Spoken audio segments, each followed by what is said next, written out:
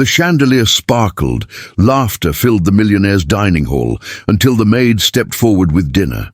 Her guest's smile twisted into disgust. "Wait, did she cook this?" he muttered loud enough for everyone to hear. The room froze.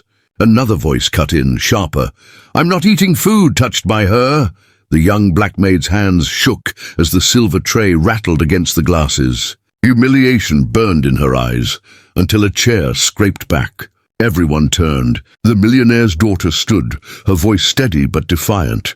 "If her food isn't good enough for you, then neither am I." Amelia had grown used to being invisible. As the black maid in the Harrow mansion, she moved silently through the corridors, polishing, serving, cleaning, always careful never to draw too much attention. It wasn't glamorous, but it was steady work, and it allowed her to send money home to her younger brother. "Amelia, the glasses, please," Mrs. Harrow would say, barely glancing her way.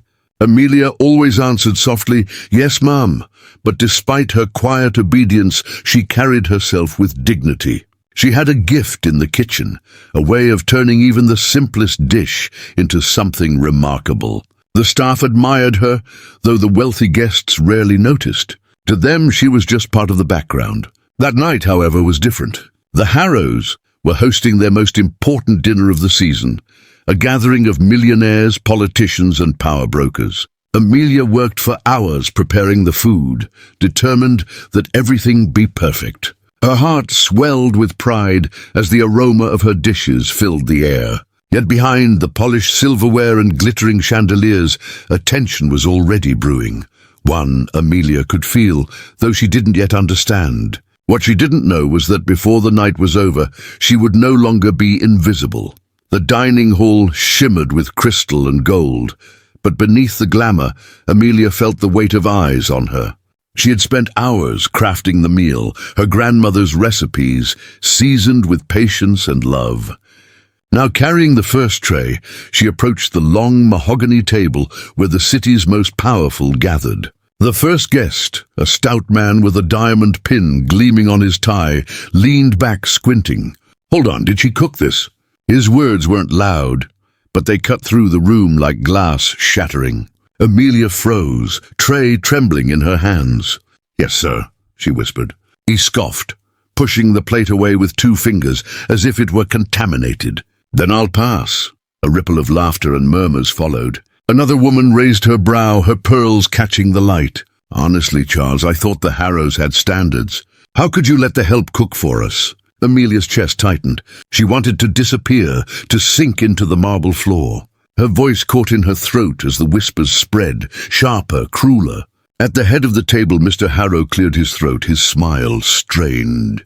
"Please, let's not make this into a—" But the stout man interrupted. "With all due respect, William, some of us simply aren't comfortable eating.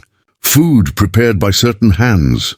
His tone left no doubt what he meant. The silence that followed was deafening. Amelia lowered her eyes, clutching the tray so tightly her knuckles burned white. Every second stretched, humiliating her in front of dozens of strangers. From the far end, a soft clink broke the silence. A fork laid down. Amelia glanced up. It was Clara, the Harrow's daughter, her youthful face set with something fierce. "Excuse me," Clara said, her voice cutting clean through the murmurs. "Did I hear you correctly?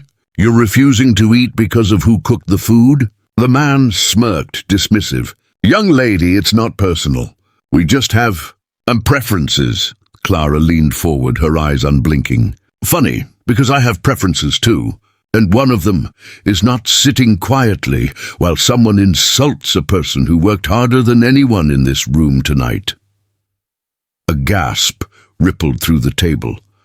Mr. Harrow's jaw tightened. "Clara, this isn't—" But she didn't sit down. "No, father. If her food isn't good enough for them, then neither am I." She pushed her plate aside, the porcelain scraping sharply against the table. The guests shifted uneasily, their authority suddenly challenged by a girl half their age. Amelia's chest pounded, part fear, part disbelief. She had never heard anyone defend her like this, not in such a room. The stout man chuckled, shaking his head. "You'll regret embarrassing your family like this."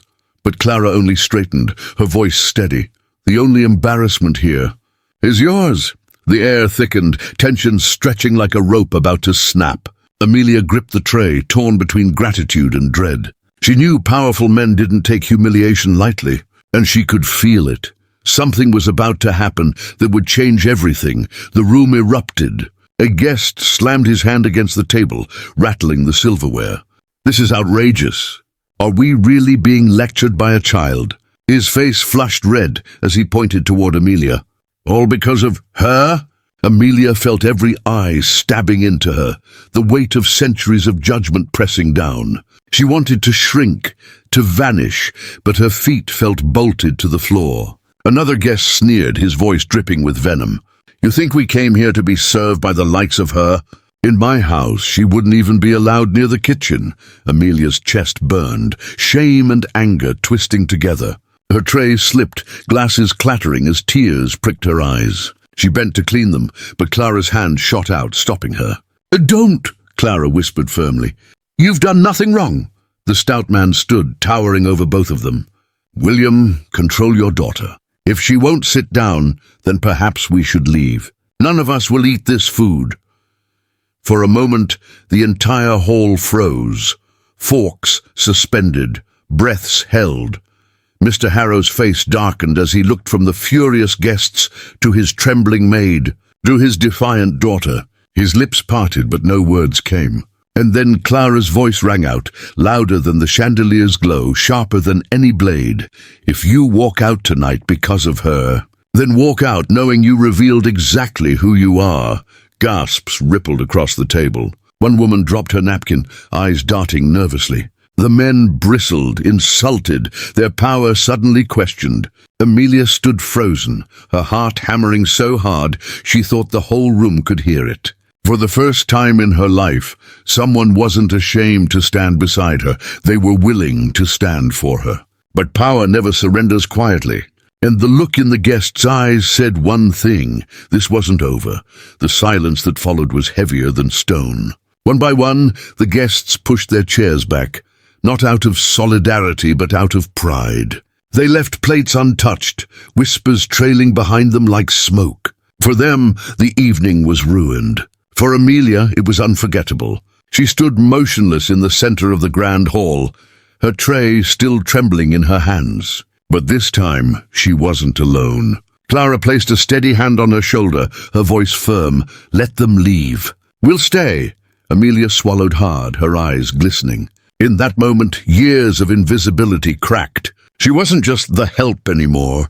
She was a woman whose worth had been defended, whose dignity had been seen. And though the sting of humiliation still lingered, so did something else: hope. The Harrow mansion quieted, but the echo of that night would not fade. Because what unfolded at that table wasn't just about one meal, one maid, or one spoiled group of millionaires. It was a mirror, reflecting the prejudice and arrogance that too many still justify with a smile. Amelia carried that night with her, not as a wound, but as a reminder that sometimes it takes one voice, brave enough, bold enough to shatter the silence. Clara's defiance proved something simple but powerful. Racism thrives in silence, but it falters in the face of truth. And so the question remains: when cruelty sits at the table, will we lower our eyes and let it feast, or will we, like Clara, have the courage to stand? If this story moved you, don't let it end here. Share it, talk about it, and tell me in the comments, what would you have done if you were sitting at that table?